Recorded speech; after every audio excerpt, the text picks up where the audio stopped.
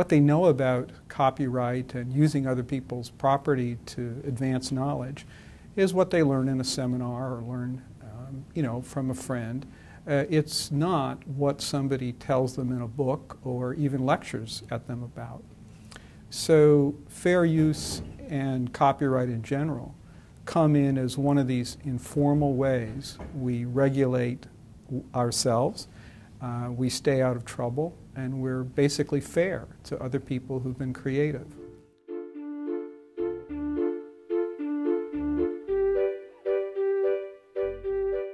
Having a code of fair use is edging the academy about as far as you should towards an outline of operating procedures.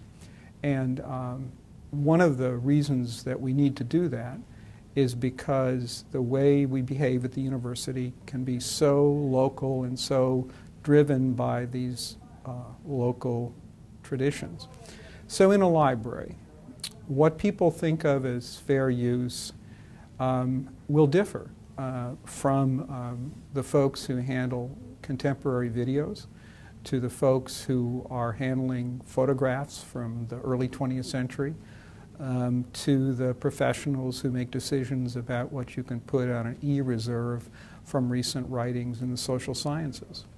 And having a code of fair use gives people a common language without trying to, wrap them on the knuckles and tell them exactly what to do.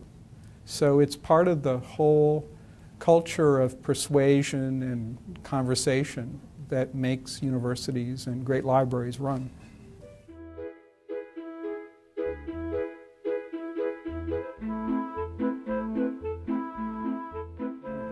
Some people who are curators or who take care of important collections come to identify very closely with the creative people who are making documentary films or taking photographs or living cartoonists.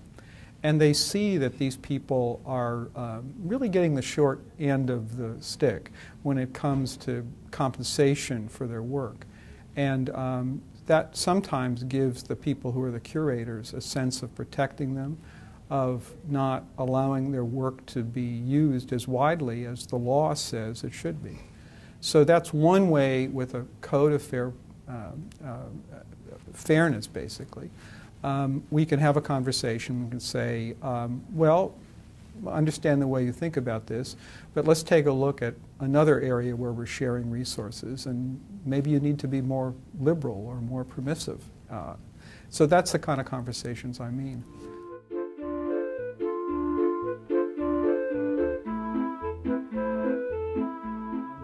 I think another important way in which a fair use code matters is because it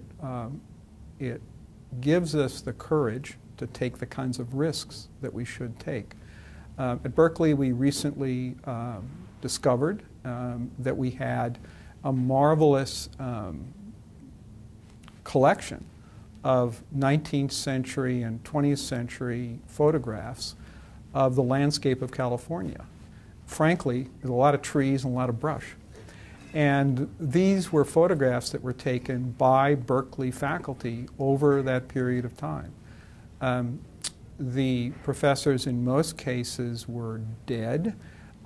Their family was hard to track down. No one knew if we had missed someone who might have wanted to hang on to the rights to those photographs. Of course, there was no paper trail of permissions or anything else. So we used the Fair Use Code to kind of go through the steps of thinking out how much effort we should make, and then should we go live. And today, you can see all the trees and brush from California that you'd ever want to see, taken by members of our community. And I'm making light of it, but it's extremely important to people studying the environment of California. And from the point of view of just being a tourist, places you've camped or places you've been, if you'd like to see what the landscape looked like 50, 60 and more years ago, come online and see it.